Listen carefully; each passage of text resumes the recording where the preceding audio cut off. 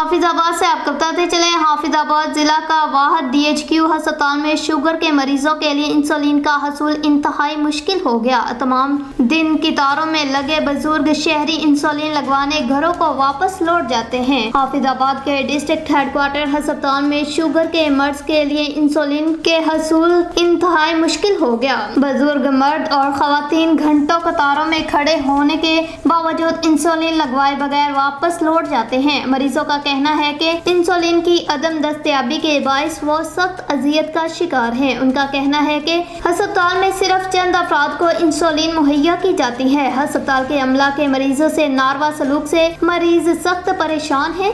گزشتہ دنوں انسولین کی غیر منصفانہ تقسیم پر MS کو بھی معطل کر دیا گیا، لیکن انسولین عدم دستیابی کا مسئلہ برقرار ہے۔ ہسپتال انتظامیہ کا کہنا ہے کہ مریضوں کی تعداد میں مسلسل اضافہ ہوتا جا رہا ہے، جس کے باعث انسولین کی فراہمی انتہائی کم ہے، اس لیے یہاں تمام مریضوں کو انسولین مہیا نہیں کی جا سکتی۔ حافظ آباد کے شہریوں نے وزیر اعلیٰ پنجاب مریم نواز سے مطالبہ کیا ہے کہ شوگر کے مریضوں کے لیے انسولین کی فراہمی کو یقینی بنایا جائے۔